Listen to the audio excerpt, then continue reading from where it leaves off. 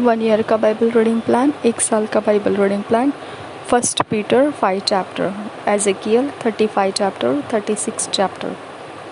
1 साल का Bible reading plan, पतरस की पहली पत्री 5 अध्याय, यहजकेल की भविष्यवाणी 35 अध्याय, 36 अध्याय। हम पढ़ेंगे इंग्लिश में, किंग्स जेम्स वर्जन में से, हिंदी में पढ़ेंगे BSI बाइबल में से।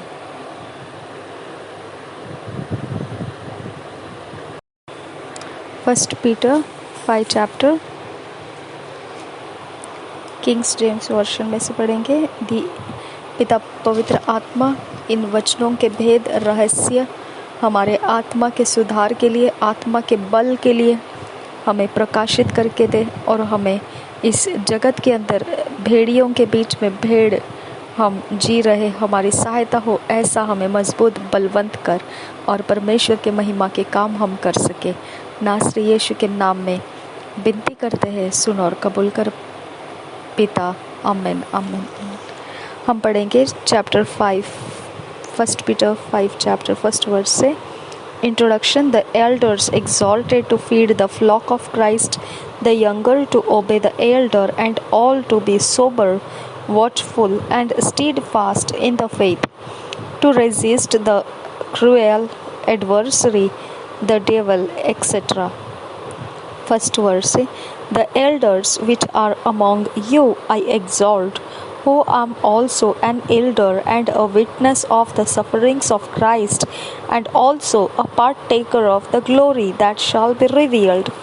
Feed the flock of God which is among you, taking the oversight thereof, not by constraint, but willingly, not for filthy lucre, but of a ready mind, neither as being lords over God's heritage, but being ensamples to the flock. And when the chief shepherd shall appear, ye shall receive a crown of glory that fadeth not away. Likewise, ye younger, submit yourselves unto the elder. Yea, all of you be subject one to another, and be clothed with humility. For God resisteth the proud, and giveth grace to the humble. Humble yourselves therefore under the mighty hand of God, that he may exalt you in due time, casting all your care upon him, for he careth for you. Be sober, be vigilant, because your adversary the devil, as a roaring lion, walketh about, seeking whom he may devour. Whom resist steadfast in the faith, knowing that the same afflictions are accomplished in your brethren that are in the world. But the God of all grace, who hath called us unto his eternal glory by Christ Jesus, after that ye have suffered a while, make you perfect, establish, strengthen, settle you. To him be glory and dominion forever and ever. Amen. By Silvanus, a faithful brother unto you, as I suppose I have written briefly, exhorting and testifying that this is the true grace of God, wherein ye stand, the church that is at Babylon, elected together with you, saluteth you, and so doeth Marcus, my son. Greet ye one another with a kiss of charity. Peace be with you all that are in Christ Jesus. Amen. पतरस की पहली पत्री 5 अध्याय, पहले वचन से। पतरस की पहली पत्री 5 अध्याय। प्राचीनों और नवयुवकों को संदेश, पहले वचन से। तुम में जो प्राचीन है, मैं उनके समान प्राचीन और मसीह के दुखों का गवाह और प्रकट होने वाली महिमा में सहभागी होकर उन्हें यह समझाता हूँ कि परमेश्वर के उस झुंड की जो तुम्हारे बीच में है रखवाली करो, और यह दबाव से नहीं, परंतु परमेश्वर की इच्छा के अनुसार आनंद से, और नीच कमाई के लिए नहीं, पर मन लगाकर। हालेलुया। मैं कमेंट पढ़ रही थी, उसमें मुझे लिख के भेजा था कमेंट में कि ये तरह से हमने बहुत सताया आपको, और हमारी जो गलती है उसके लिए हम शर्मिंदा हो रहे। ये जो बातें हैं यहाँ पर, हमारी इच्छा से हम आपको कुछ नहीं कर रहे, हमारा दबाव आपके ऊपर नहीं है, ओके। क्योंकि वो बार बार प्रार्थना रिक्वेस्ट दिए जा रहे, ऐसा उनका कहना है। तो बार बार प्रार्थना रिक्वेस्ट दिए जा रहे थे, इसकी वजह से उनको शर्मिंदगी महसूस हो रही है और बहुत ज़्यादा हमको परेशान किया उन्होंने प्रार्थना रिक्वेस्ट दे दे के। ऐसा नहीं है। देखो यहाँ पे क्या लिखा है, और वो ऐसे भी कह रहे थे कि हमको आपको कुछ आशीष करना है तो आप हमें आपका मतलब आपको हम कुछ फाइनेंशियली ब्लेस करना चाहते, ऐसा भी कह रहे। लेकिन यहाँ पे देखिए क्या लिखा है कि परमेश्वर के उस झुंड की जो तुम्हारे बीच में है रखवाली करो, और यह दबाव से नहीं परंतु परमेश्वर की इच्छा के अनुसार आनंद से, और नीच कमाई के लिए नहीं पर मन लगाकर, ओके। तो हमारा आपसे कुछ प्राप्त करने का मकसद नहीं है। और जो ऐसा है, एक बात यहाँ पर यह भी है कि नीच कमाई के लिए नहीं, ओके। हमारे पास ऐसा कोई ज़रिया नहीं है कि हम बिजनेस कर रहे हैं इस चैनल के द्वारा, ऐसा बिल्कुल नहीं है, ओके।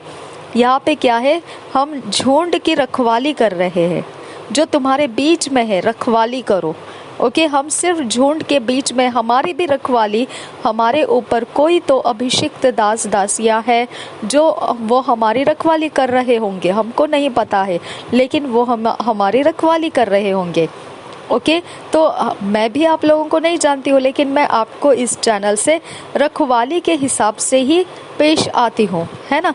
तो यह दबाव से नहीं कर रही हूँ मैं, ये परमेश्वर की इच्छा के अनुसार है, और इसके लिए मुझे आनंद से ये काम पूरा करना पड़ता है।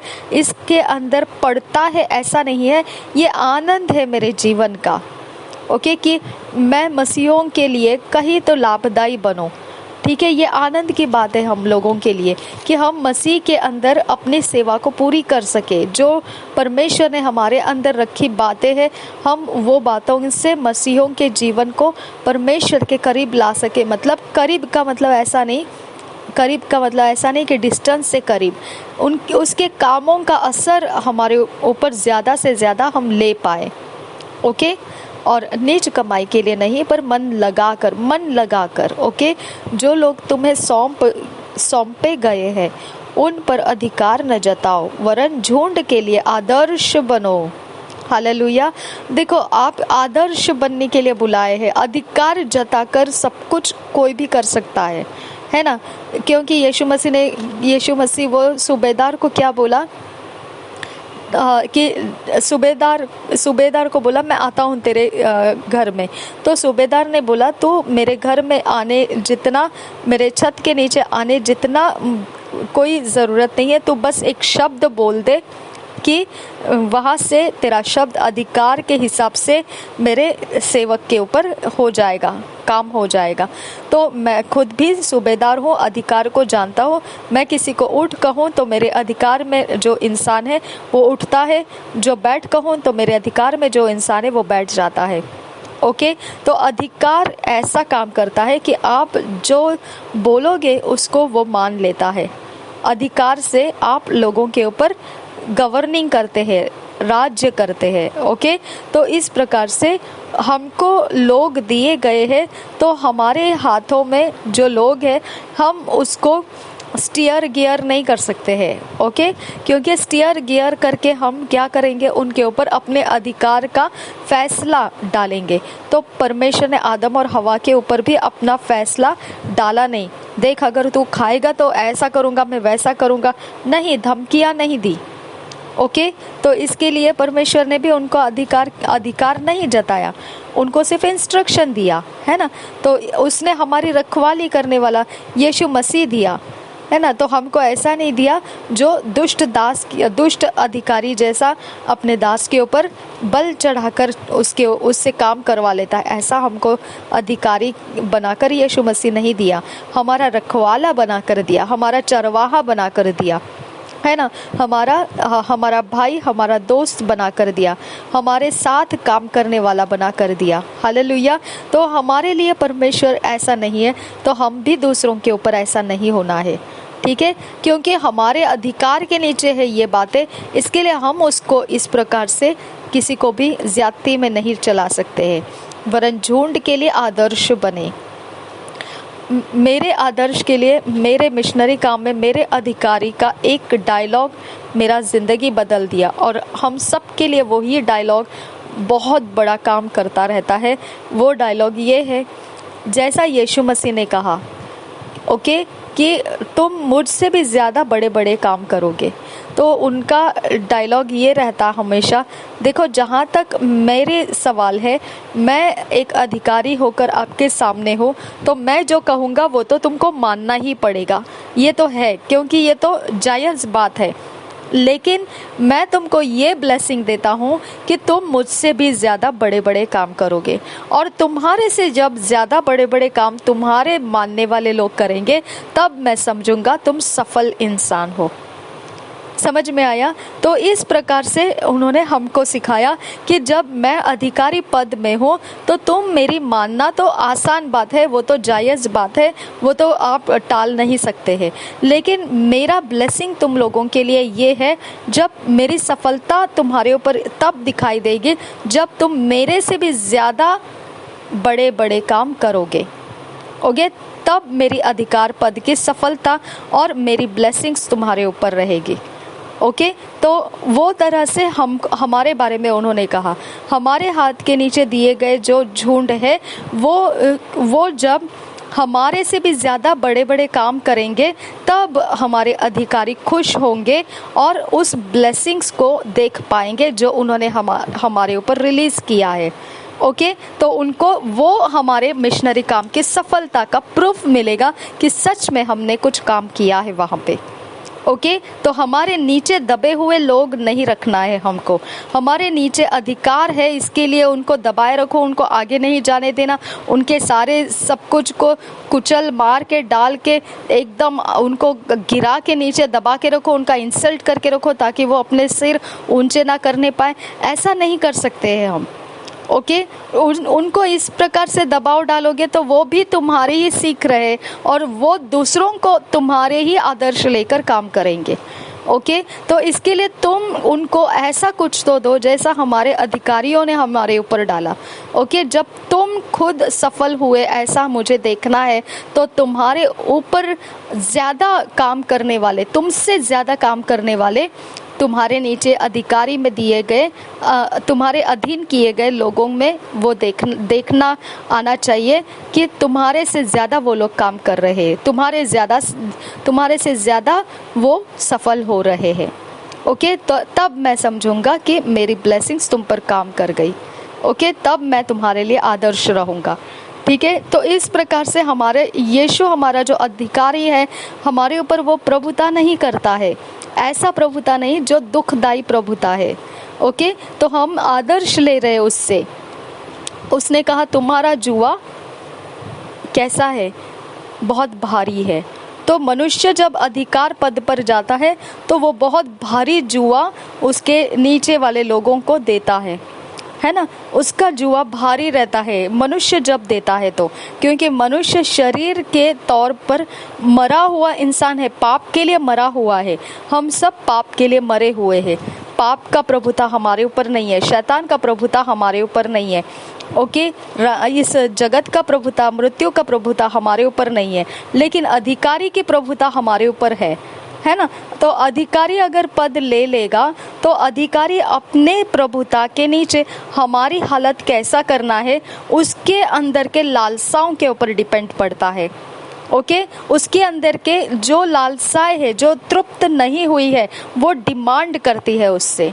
उसके अंदर का जो एक स्टेटस है, घमंड है कि नहीं, इससे ज़्यादा नीचे मुझे नहीं उतरना है।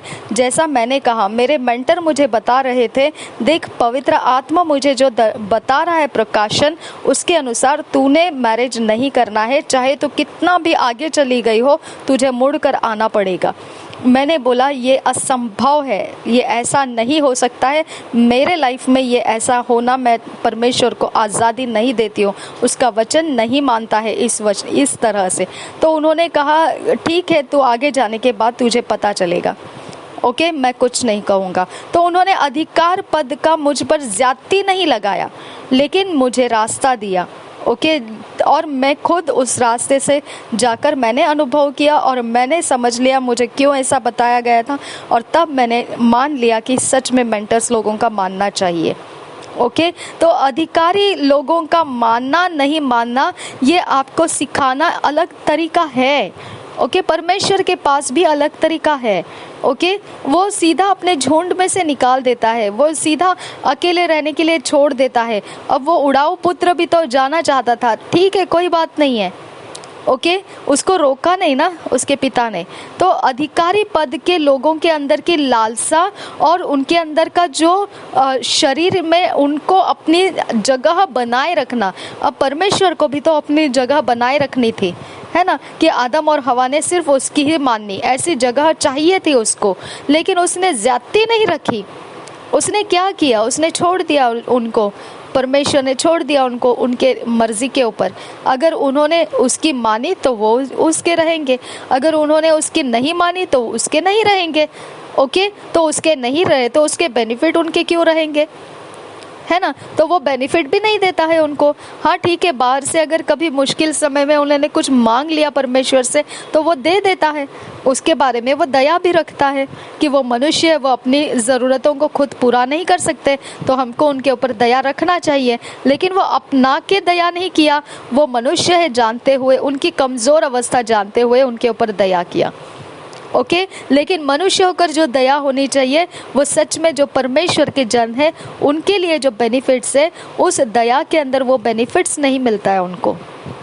ओके, परमेश्वर के संतान होने का जो लाभ है वो लाभ दया करने वाला, जो अधर्मियों के ऊपर जो दया होती है उस दया में वो सारा बेनिफिट्स नहीं इंक्लूड होता है। ओके, उसके अंदर वो नहीं आता है, उसके अंदर दया का भाग अलग रहता है, संतान का वारिस होने का भाग अलग रहता है। ओके, तो इसके लिए अधिकारी पद के ऊपर से जब हम बात करते हैं किसी हमारे अधीन रहने वाले लोगों के ऊपर, तब ये बात मौजूद रहती है हमारे शरीर में कितनी लालसाएं हैं, और हम अपने पोजीशन में, अपने स्टेटस में, अपनी हुनर में, अपनी ताकत में, अपनी अकड़ में कहाँ तक हम अपने आप को बनाए रखना चाहते हैं। ओके, ये हमारी घमंड की निशानी है। और दूसरा, हमारे इर्द गिर्द के हालातों में हम कितने असंतुष्ट हैं, कितने लालसाएं हमारे शरीर में अभी भी पड़ी हुई है, जो तड़पती है हमको उसके दिशाओं में लेकर जाने। हो सकता है कोई चीज़ें खरीदने के बारे में, हो सकता है कहीं फाइनेंस के बारे में, हो सकता है कोई भी चीज़ हो सकती है, जो भी हमारे अंदर अधूरी पड़ी हुई बात है वो हमारी लालसाएं हमको सताएगी, और वही फिर हमको घमंड के अंदर से भी बातें सताएगी, और फिर हमारे अधिकार का इस्तेमाल हमारे अधीन रहने वाले के ऊपर आदर्श नहीं, बल्कि बिल्कुल आनंद से भी नहीं, बल्कि दबाव के साथ निकलती है। हालेलुया, क्योंकि उसको जो छटपटाहट रहती है शरीर को, वो दबाव के साथ वो लोगों के ऊपर रिलीज करता है। ओके, लोगों के ऊपर दबाव डाल कर वो रिलीज करता है अपने शरीर के छटपटाहट को, तड़प को। ओके, तो आप जब छटपटाहट को, तड़प को रिलीज कर रहे होते तो दबाव डाल रहे होते लोगों के ऊपर, तो ये दबाव से आप उनके आदर्श नहीं बनते हैं, उल्टा वो लोग सीखते हैं कि इस तरह से दबाव डालो तो काम बन जाते हैं, इस तरह से दबाव डालो तो कुछ मिल जाता है, इस तरह से दबाव डालो तो रास्ते मिल जाते हैं, इस तरह से दबाव डालो तो कुछ हो जाता है। तो इस प्रकार से दबाव से फिर वो अपने सारे फैसलों के अंजाम लेना शुरू करते हैं, दबाव से। ओके, शैतान भी दबाव से ही अपने कामों को पूरा कर लेता है, उसके पास भी यही आदर्श हो गया है कि वो दबाव से पूरा कर लेता है, यानी दुष्टता करके उसको सारा अधिकार दिखा दिखा के फिर उसके काम पूरे करवा लेता है, वो दबाव देके, धमकी देके, डरा के। ओके, बहुत ज़्यादा वॉयलेंट एग्रेसिव होके, तो उसको उसके तरीके से ही हमको भी उसको दबा कर पीछे कर देना पड़ता है। ओके, चल हट जा, चल निकल जा यीशु के नाम में, इस प्रकार से भाषा हमको उसके सामने निकालना पड़ता है। ओके, तो उसके दबाव को हमें हटाना है तो हमको भी वॉयलेंट और एग्रेसिव होना पड़ता है उसके सामने, है ना। तो दबाव का असर दबाव से ही फिर निपटा जाता है, तो आदर्श नहीं रहता है इसमें, ठीक है। तो ये ध्यान रखना है हमको, जब अधिकारी पद के ऊपर है और हम अपने अधीन रहने वालों के ऊपर ज्यादती कर रहे हैं, अधीन रहने वालों के ऊपर अगर हम अपना दबाव रख रहे हैं कि वो वैसे ही हो, वैसे ही करे, वैसे नहीं हुआ तो फिर उनको कड़ा पनिशमेंट देते, दुष्टता बर्ताव करते, उनका इंसल्ट कर देते, उनके आत्मा को हम तोड़ देते हैं। ओके, ये सब होता है, तब वहाँ पर जाने के वक्त में हमारा सारा जो आदर्श है ख़त्म हो जाता है। हमारे शरीर की छटपटाहट, कड़ा व्यवहार,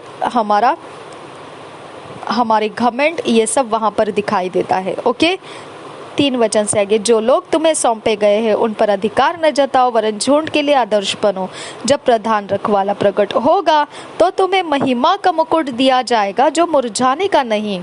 ओके, तो यही एरिया ऑफ लाइफ है कि हमको अधिकार का पद सही तरह से इस्तेमाल करना चाहिए। अब दुनिया के लोग दबाव डालकर इस्तेमाल करते, वो मत कीजिए, क्योंकि हमारा और दुनिया का कोई संबंध नहीं है। हमको टीचिंग जो मिलता है वो परमेश्वर के वचन में से है, उनको टीचिंग जो मिलता है वो जगत में से है। हमारा जगत के साथ का टीचिंग नहीं है। चाहे जगत के अंदर से टीचिंग लेकर आप उस पोजीशन में पहुंचे होंगे, तो भी उस पोजीशन को जगत के टीचिंग को झुकाने के लिए ही आपको वहाँ पे पहुँचाया है। आप बताइए कि ये बाइबल में लिखा है, इस तरीके से ये प्रॉब्लम को हैंडल करेंगे तो ये प्रॉब्लम सॉल्व हो जाता है। फिर आपका तरीका मैं क्यों अपनाऊं, जैसा दानियल ने किया। उसने बोला आपको क्या चाहिए कि सिर्फ सेहतमंद चाहिए ना, तो मैं आप लोगों का भोजन क्यों खाना है। ओके, मैं अपनी जो परमेश्वर की मर्जी के अनुसार हमको मना नहीं है वो भोजन खा सकते हैं, और आप जो दे रहे वो परमेश्वर से मना किया हुआ भोजन है, वो हम नहीं खा सकते हैं। बस तुमको रिजल्ट की ज़रूरत है ना। अब हम जो खा रहे हैं हमारे परमेश्वर के जो परमिशन के अनुसार खाना उचित है, वो जो हम खा रहे हैं, उसके बाद हमारी सेहत को देख लेना, चेक कर लेना कि हमारी सेहत आप लोग जो दे रहे खाना उन लोगों के साथ कैसे कंपैरिजन में रहेगी।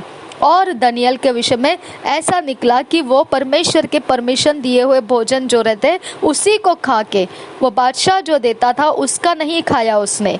ओके, जो परमेश्वर का परमिशन दिया हुआ भोजन था, यहूदियों को मनाही नहीं थी, ऐसा ही भोजन जो था उसी को खाकर उसकी सेहत बढ़ चढ़कर उन बादशाह नबूकदनेस्सर बादशाह जो था उसके राज्य के सेनाओं से भी ज़्यादा उत्कृष्ट उस दानियल की सेहत रही थी।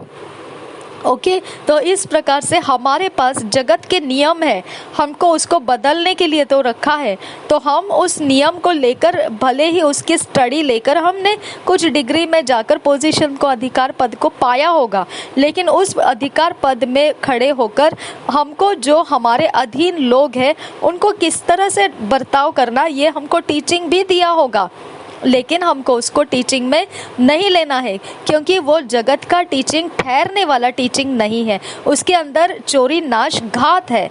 ओके, तो उसी टीचिंग का रिजल्ट देखो क्या चाहते हैं वो लोग। रिजल्ट में उनको चाहिए कि उनका काम हो जाना चाहिए, तो आप उनको बाइबल के वचन के अधिकार में जो बनता है उतना ही चलने की आज़ादी मांगो कि आप वही चलोगे, रिजल्ट जो उनको चाहिए वही ला कर दोगे। समझ में आया। लेकिन चलने का रास्ता जो है, आपको जो वो सिखा रहे उस रास्ते से वो नहीं चलेंगे। ओके, आप नहीं चलेंगे। आप परमेश्वर का वचन जो कहता है अधिकार पद के ऊपर से आपके अधीन रहने वालों के ऊपर कैसा बर्ताव करना है, उसी बर्ताव से चलेंगे और उसका रिजल्ट भी आप वही ला कर दोगे जो इन लोगों को चाहिए, जगत के लोगों को चाहिए। ओके, तो जगत के सिस्टम का इंस्ट्रक्शंस भी आपको चेंज करने का ये अवसर है। ओके, तो आप ये मत सोचिए कि हम जगत के अंदर है, उसके सीखे चाल नहीं चलेंगे तो उनके काम कैसे बनेंगे। तो उनके चाल से काम क्यों बनाते हो? आप अपने अंदर से पवित्र वचन की चाल उनको दिखाइए और काम बनते हुए दिखाइए। हालेलुया। तो आपको मौका है परमेश्वर की महिमा करने का, और फिर आप महिमा का मुकुट भी नहीं खोएंगे और आप ही को फिर सब जन फॉलो करेंगे। जैसा नबूकदनेस्सर ने दनियल की देखकर कि दनियल किस प्रकार से परमेश्वर की सेवा में अटल रहा, उसके शद्रक मेशक अबेदनेगो जैसे अटल रहे, किस प्रकार से अटल रहे, तो शद्रक मेशक अबेदनेगो आग की कुंड में से बचा लिए गए और वो शेर के मांद में से दनियल बचाया गया। ओके, परमेश्वर की महिमा हो गई और उसी परमेश्वर के सामने नबूकदनेस्सर और खुद उसका पूरा राज्य उसने झुका दिया। हालेलुया। तो महिमा हो गई परमेश्वर की। तो आप भी चाल चलन के मामले में परमेश्वर के वचन को पढ़कर रखिए, उसी चाल चलन को चलिए और जो अंजाम जगत चाहता है उस अंजाम को लाकर बताइए उनको कि ये हो सकता है ऐसा। ओके, जैसा कुछ एडवर्टाइज मैंने पढ़ा था, oil free frying. Oil free fry कैसे हो सकता है? ओके, ऑयल में फ्राई होता है और ऑयल फ्री फ्राइंग बोलेंगे तो कैसे हो सकता है? ओके, अजीब लगता है ये। ओके, तो फिर भी वो कर रहे हैं लोग, बिना तेल के सब्जियां पकाते हैं और वो भी फ्राई किए हुए सब्जियां। ठीक है, तो इस प्रकार से हमारे लाइफ में भी हमको समझ में आना चाहिए, तरीके अलग अलग है लेकिन रिजल्ट तो फ्राई है ना, फ्राई किया है ना। तो इस प्रकार से हमको चलने के तरीकों में हमारे परमेश्वर के वचन का पहला स्थान लेना चाहिए। ठीक है, 5 वचन से आगे, इसी प्रकार हे नवयुवकों, तुम भी प्राचीनों के अधीन रहो, वरन तुम सबके सब एक दूसरे की सेवा के लिए दीनता से कमर बांधे रहो, क्योंकि परमेश्वर अभिमानियों का विरोध करता है परंतु दीनों पर अनुग्रह करता है। कल आपने अगर प्रॉफिट बजिंदर सिंह जी मिनिस्ट्री का जो मोगा क्रूसेड है उसमें देखा होगा, तो उसमें उन्होंने बोला यूथ लोगों ने, जवान लोगों ने, नौजवान लोगों ने, नवयुवकों ने भी बहुत ज़्यादा सहभाग दिया, मेहनत किया इतना ज़्यादा। और देने वाले लोग आप देखेंगे कि अंकुर नरूला मिनिस्ट्रीज़ का भी जब दिल्ली में चर्च ओपनिंग था, उसमें भी कहा गया कि एक राजकीय नेता ने अपने दिल खोलकर सहायता को रिलीज़ किया था। तो ये दोनों काम यहाँ पर उनके आदर के योग्य, परमेश्वर के वचन के अनुसार क्या कहा है, परमेश्वर अभिमानियों का विरोध करता है परंतु दीनों पर अनुग्रह करता है। तो उन्होंने अपने अकाउंट में परमेश्वर का अनुग्रह कलेक्ट कर लिया। हालेलुया। अपने भाग में, अपने परिवार में, अपने जनरेशन में अनुग्रह का भाग उनको मिल गया। हालेलुया। तो इस प्रकार से नवयुवकों को भी ध्यान में रखना है कि उनका सपोर्ट परमेश्वर के राज्य में खाली नहीं जाएगा। हालेलुया। 6 वचन आगे, इसलिए परमेश्वर के बलवंत हाथ के नीचे दीनता से रहो, जिससे वह तुम्हें उचित समय पर बढ़ाए। अपनी सारी चिंता उसी पर डाल दो, क्योंकि उसको तुम्हारा ध्यान है। सचेत हो और जागते रहो, क्योंकि तुम्हारा विरोधी शैतान गरजने वाले सिंह के समान इस खोज में रहता है कि किसको फाड़ खाए। हालेलुया। तो क्या कहा है? सचेत हो और जागते रहो। ठीक है, तो इसका मतलब क्या है? आपका आत्मिक डैमेज ना हो इसके बारे में चौकसी रखो। मैंने आज ही आपको सिखाया वो बात, मनन करने वाले वचनों में मैंने आपको सिखाया कि आत्मिक डैमेज का असली जड़ कहाँ पर है? आपके संगति में है। ओके, आप किसके साथ ज़्यादा समय बिताते हो? अगर आपको बारंबार कोई क्रोधित करता है तो आपको समझ जाना है वो आपको हैबिट बना रहा है उसके संगति में होने का। ओके, अगर आपको बारंबार कुछ परेशान करता है तो आप समझ जाइए वो आपके संगति में बने रहने के लिए ये सब कुछ करता है ताकि आपका आत्मिक डैमेज हो जाए। समझ में आया? तो आपको एक ही बेस्ट तरीका है, एक कूड़ा कचरा जैसा रहता है, करकट जैसा रहता है, जिसके ऊपर कभी हम ध्यान नहीं डालते हैं, उसको फेंक देने के लिए रहते हैं। हम फेंक दिए तो दोबारा जाकर पलटकर उसको डस्टबिन में ढूंढने के लिए नहीं जाते हैं कि हमने फेंका हुआ कचरा कहाँ तक पहुँचा है और उसकी हालत अभी क्या है, हम कभी नहीं देखते हैं पलटकर। वैसा आपके सताने वालों को आप समझिए। ओके, आप फेंक दिए, अगला पल निकल जाइए, आप फेंक दो उसको, निकल जाओ आगे, फेंक दो हर सताव के समय, हर सताव की जानकारियाँ, हर सताव के समय होने वाले उपद्रव, सब कुछ उखाड़ के फेंक दो। जैसा ही फेंक देते हैं निकल जाओ आगे, पलट कर देखो मत वो कहाँ तक पहुंचा है। पलट कर इस्राएलियों ने भी नहीं देखा, फिरौन अपने आप ही पानी के नीचे दबकर खत्म हो गया था। ओके, तो इसके लिए आपको पलट कर देखने के लिए परमेश्वर रखता भी नहीं है, और परमेश्वर खुद भी चिंता नहीं करता है, क्योंकि उसने नहीं इनवाइट किया था फिरौन को, है ना, इनविटेशन नहीं दिया था, चल भाई तू भी आजा, इस्राएल के पीछे पीछे तेरे को भी पानी से बाहर निकालूंगा, ऐसा नहीं बोला था। हालेलुया। तो वो तो अपनी दुश्मनी के निभाने के लिए आ गया था, अपनी घमंड को निभाने के लिए आया था इस्राएल के पीछे पीछे। परमेश्वर को क्या लेना देना उसके आने और जाने से। कूड़ा करकट की तरह उसको दबा दिया पानी के अंदर, और दबाया उसने नहीं, उसका टाइम खत्म हो गया था, इजराइल निकल चुके थे बाहर, पानी को सीधा रास्ते दे देना ज़रूरी था, उसने सीधा रास्ते दे दिया। उसके अंदर अगर फिरौन बैठा हुआ है तो उसको क्या पता, मतलब उसको क्या ज़रूरी है देखने का, उसको किसने इनविटेशन दिया था उसके पीछे पीछे आने का। हालेलुया। तो इस तरह से हमें सचेत रहना है, ओके, जागते रहना है। अगर समझो आपसे कुछ ऐसी बात हो गई जो वचन के खिलाफ लगता है, आपको चिंता नहीं करना है, जल्दी प्रभु भोज लेना है और आपको कबूल करना है। आपका शरीर प्रभु यीशु के साथ मर चुका है, आप पाप के लिए मर गए हैं, आप किसी प्रभुता के नीचे नहीं है सिवाय प्रभु यीशु के। आप उसी प्रभुता के नीचे आज भी हो। प्रभु यीशु ने आपको माफ़ कर दिया है और आपके अंदर पवित्र आत्मा है जो आपको नई सृष्टि बनाया है, और आप परमेश्वर के स्वरूप में बनते जा रहे। आप परमेश्वर को माफ़ी मांगो कि प्रभु परमेश्वर माफ़ करो, ये तेरे वचन के खिलाफ की बातें थी, मैंने कर तो दी, अब मेरी माफ़ी को मैं स्वीकारता हूँ, क्योंकि तू दयालु परमेश्वर है। हियाव के साथ आओ परमेश्वर के दया के आसन के पास, ऐसा लिखा है ना। तो हमने हियाव के साथ जाना है, क्योंकि हमको पता है परमेश्वर हमको दोबारा अपना लेगा। हालेलुया। और वो अपनाने का कारण क्या है, परमेश्वर अपनाने का, क्योंकि वो ऐसा परमेश्वर है जो हमारा नाश नहीं होने देना चाहता। आप मन फिरा के आने का समय भी उसने बोला 60 से 70 बार मन फिरा के आ जाओ, मैं तुमको लेने को तैयार हूँ। हालेलुया। लेकिन कभी जब माफ़ी मांगोगे तो, हालेलुया। इस प्रकार से हम क्या हो जाएंगे फिर, जो फाड़ खाने के लिए रुका हुआ गरजने वाला सिंह है उसके हाथों में हम नहीं रहेंगे। ओके, वो हमारा विरोधी है, ठीक है, वो हमारा एडवर्सरी है, वो हमारा ओपोनेंट है, ठीक है। ओपोनेंट कभी आपके दोस्त नहीं बनते हैं, ओपोनेंट आपको चोरी नाश घात करने के लिए आपके संगति में रहते हैं, ठीक है।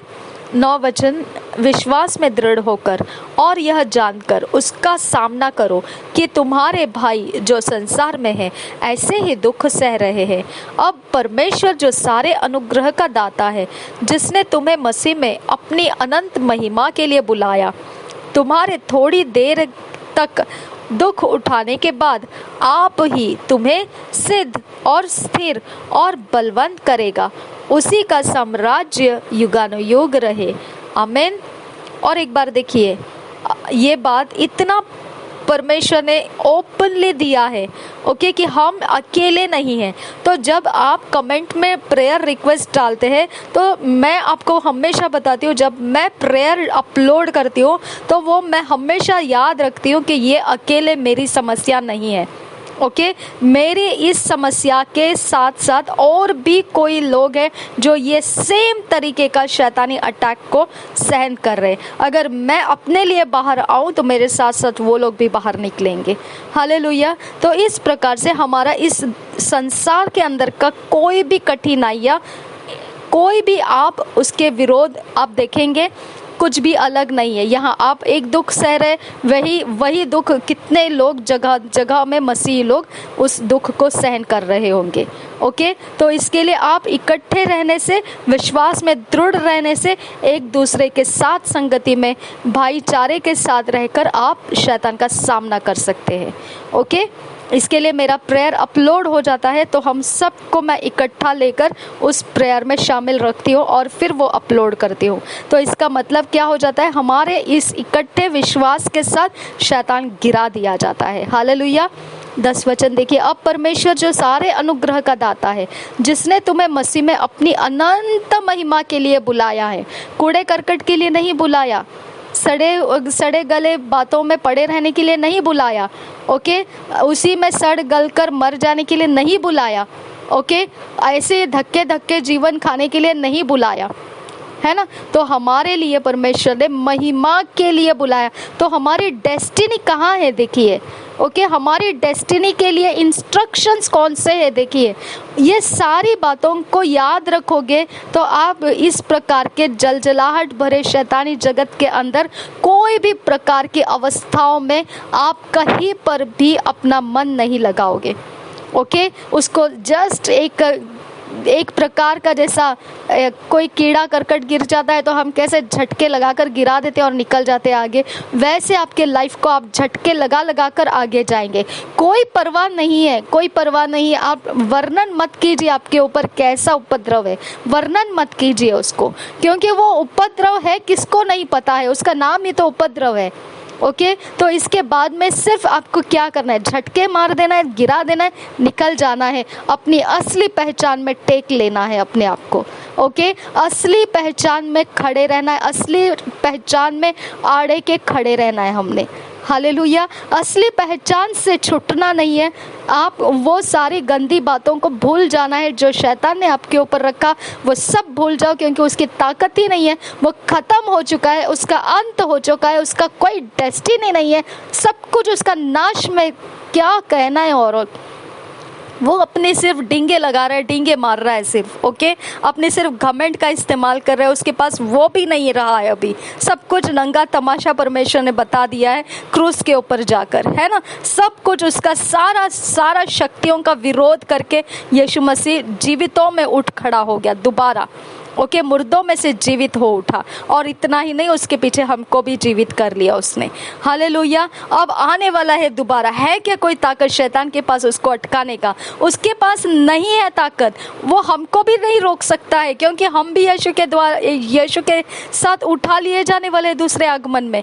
किधर है उसकी ताकत फिर? वो सिर्फ हमको यहाँ पर परेशान कर सकता है, इसके अलावा वो कुछ नहीं कर सकता है, वो सिर्फ परेशान कर सकता है, ओके। इसके अलावा वो आपके डेस्टिनी को ज़रा भी टच से मस नहीं कर सकता है। अगर आपने उसकी सुनी नहीं तो, आप अगर उसकी ओर ध्यान देते रहेंगे तो आपको टच से मस के आपको हवे की तरह उड़ाता रहेगा, वो आपके डेस्टिनी में से आपका ध्यान हटा देगा और आपको परमेश्वर के काम करने से उखाड़ देगा वो, ओके। ये सारी बातें वो कर पाएगा ओनली तभी जब आप उसको इम्पोर्टेंस देंगे। तो वो कूड़ा करकट की तरह झटके लगाकर गिरा देंगे ना आप निकल जाओ आगे। और एक बार चैप्टर पढ़ो, इंग्लिश और हिंदी बाइबल रीडिंग करो, और एक बार रैप्सोडी ऑफ रियलिटीज को सुनो। जैसे ही आपका उपद्रव का समय खत्म हो रहा है, आपको पता चला हाँ अभी ये कुछ सता नहीं रहा है, चलो निकलो बाहर, निकलो और प्रार्थना करो, आराधना करो, निकलो बाहर और ज़्यादा परमेश्वर की बातों में मगन हो जाओ,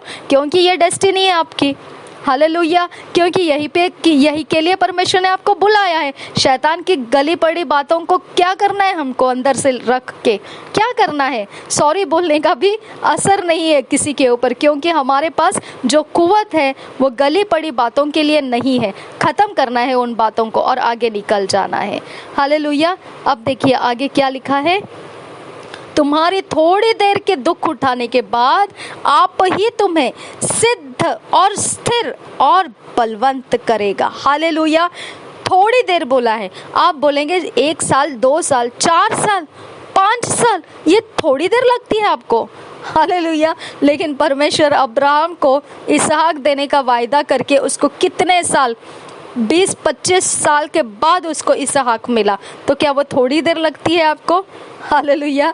तो ये थोड़ी देर हमारे लिए नहीं है, ये हमारे लिए बड़े लंबे समय की प्रसव पीड़ा है, लेकिन परमेश्वर कहता है कि थोड़ी देर है वो, ओके। तो आपका हर दुख के वक्त में आपको यही बोलना है, ये थोड़े समय का है, ये थोड़े समय का है, ये थोड़े समय का है, और फिर मेरी सिद्धता मेरे लिए इंतज़ार कर रही है, मेरी स्थिरता मेरे लिए इंतज़ार कर रही है, मेरा बलवंत होना मेरे लिए इंतज़ार कर रहा है, क्योंकि इसी के लिए परमेश्वर ने मुझे बुलाया है, हालेलुया। तो इस प्रकार से हमारे हथियार है ये वचन, ओके।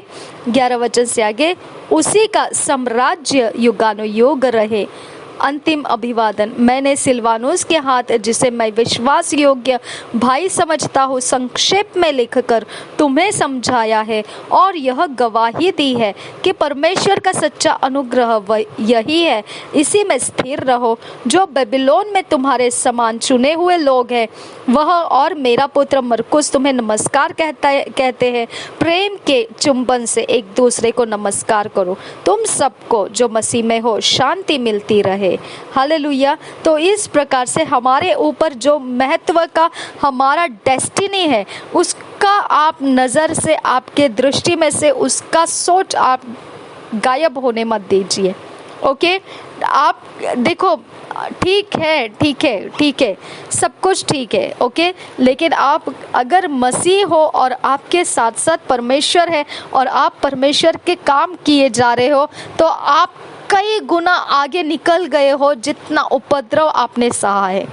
ओके, कई गुना आप आगे निकल चुके हो, आप बहुत आगे निकल चुके हो। और आप जो सहन कर रहे हैं, ये सिर्फ फिरौन की सेना है जो लाल समंदर के अंदर भी अब प्रवेश कर रही है।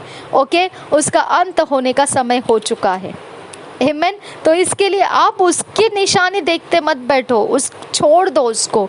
आपके परिवार के अंदर, आपके जीवन के अंदर आपका जो कुछ भी मसला है, उसको जस्ट नज़रअंदाज कर दो और अपने ऊपर जो परमेश्वर की कॉलिंग है उसके बातों में आप गड़ जाओ, उसकी बातों में गड़ जाओ। जब तक आपका आत्मिक डैमेज रिपेयर नहीं हो जाता है, आप अपने परिवार के अंदर होने वाली घटनाओं का कुछ भी नहीं कर सकते हैं, कुछ भी नहीं कर सकते हैं। ओके, आप अपने एरिया में कुछ जो चाहिए वो बदलाव नहीं देख सकते। आपके आत्मिक डैमेज होते हुए आप कुछ भी नहीं कर सकते हैं, कुछ भी नहीं। ओके, उल्टा ज़्यादा डैमेज हो जाएंगे आप। ओके, तो इसके लिए आत्मिक डैमेज के बारे में ज़्यादा आप असरदार रहो, बहुत ज़्यादा। 99% आप आत्मिक डैमेज के ऊपर ज़्यादा काम करो कि आप रिस्टोर हो जाओ, आप पुनर्स्थापित हो जाओ, पुनर्रचना हो जाइए आपका। और फिर बाद में आप साथ में 1% आप परमेश्वर के काम की तरफ ध्यान दीजिए कि आपके परिवार के लिए परमेश्वर काम करना चाहिए, बाकी चीज़ों के लिए काम करना चाहिए, बाकी आपके और कोई ज़रूरतें हैं उसके लिए काम करना चाहिए। 1% उसके लिए समय रखो। 99% आपका सब कुछ आप पूरा उंडेल दो परमेश्वर के सामने रुके रहने के लिए, और आत्मा में आप पहले सीधे हो जाओ, मजबूत हो जाओ। ओके, वो डैमेजेस में से बाहर आ जाओ।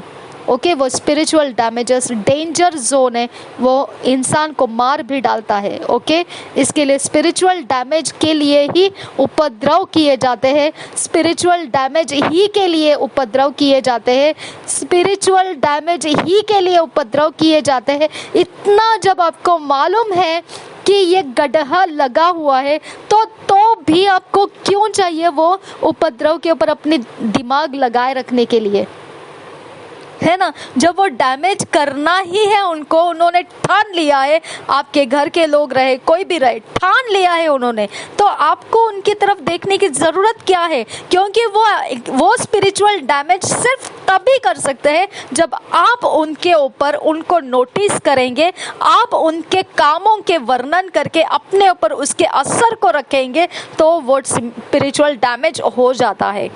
हालेलुया। और वही वो रोज करते रहेंगे, वही वो साल करते रहेंगे, 2 साल 3 साल 4 साल करते रहेंगे, वो बदलेंगे नहीं प्रभु में, उल्टा आपको डैमेज करके वो और गंदगी में ढकेल देंगे।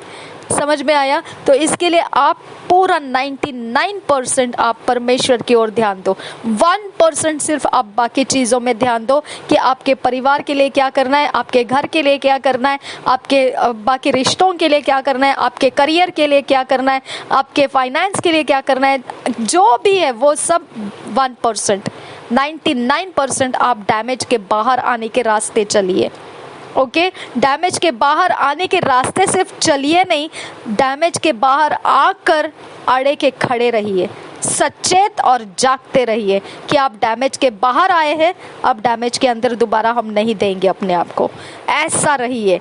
ओके, अब जब डैमेज के बाहर आप रहने शुरू, डैमेज के बाहर होकर आप अड़े के खड़े हो जाएंगे, तब असली मसीहत का मज़ा आपको मिलेगा। हालेलुया। तब असली मसीहत का आनंद आप लूट पाएंगे, तब असली मसीहत की बातें आप बोल पाएंगे और असर आप ला सकेंगे हर एक लाइफ में, जहाँ कहीं पर भी आप रहोगे। हालेलुया।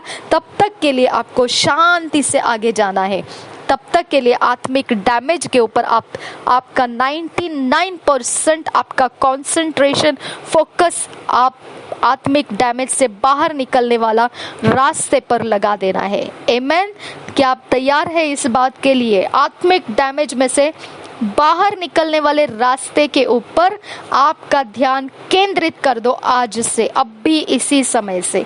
आज जो वचन मनन में पढ़ा है आप बार बार पढ़िए, अब बार बार पढ़िए उस वचन को। चलो मेरी टीचिंग को छोड़ दो, आप अपने तरफ से वचन को पढ़ते रहिए। वचन तो 2 मिनट में पढ़ के हो जाता है। ओके, मनन करने के 3 वचन पढ़ने में कितना समय लगता है? 5 मिनट भी नहीं लगेगा। ओके, आप पढ़िए, 1 बार हो गया, 2 बार हो गया, 3 बार हो गया। रैप्सोडी ऑफ रियलिटीज खुद आप पढ़िए, इंटरनेट पर सर्च कीजिए, आपके भाषा में वो मिल जाएगा। ओके, आपको मैं डिस्क्रिप्शन बॉक्स में लिंक्स भी दे दूंगी, बहुत जल्दी मैं उनके लिंक्स कलेक्ट करके दे दूंगी आपको। ठीक है, डिस्क्रिप्शन बॉक्स में उनके लिंक्स मिलेंगे, आप उनके लिंक्स के ऊपर क्लिक करके आप अलग अलग तरह से उनको एक्सेस कर सकते हैं। उनके ऑफिसेस के नंबर्स आप एक्सेस कर सकते हैं। आप आत्मिक रास्ता चलिए जो आपको डैमेज के बाहर निकाल रहा है। ओके, बाकी बातों को आप भूल जाइए, भूल जाइए, भूल जाइए। मैं कौन सी भाषा में बताऊं आपको? One time live one time one day. Okay, एक दिन के लिए एक चाल आप चलिए, दूसरे दिन के लिए दूसरे समय का इंतजार में परमेश्वर देता है वो रास्ता चलिए। ओके, आप इकट्ठे सब कुछ करने की कोशिश मत कीजिए, आप धीरे धीरे चलिए, बहुत दूर पहुंचेंगे। मैराथन रेस ऐसे ही चला जाता है।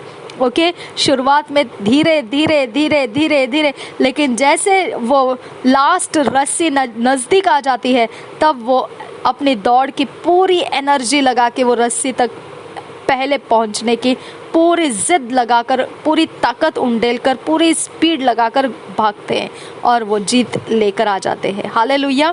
तो इस प्रकार से आपको ध्यान रखना है कि आपका लाइफ का वो मैराथन रेस जैसा डैमेज में से बाहर आने का रास्ता है। ओके, प्रभु यीशु मसीह हम सबके साथ बना रहे। आमीन, आमीन, आमीन। पवित्र आत्मा हमें फिट एंड फिक्स कर, हमें ईश्वरीय रचना में लेकर आ और तू चाहता है उस रास्ते से हमें लेकर चल। परमेश्वर हमें डिवाइन ऑर्डरलीनेस में लेकर आ। पवित्र आत्मा हम विनती करते नासरी यीशु मसीह के नाम में सुन और कबूल कर। आमीन, आमीन, आमीन।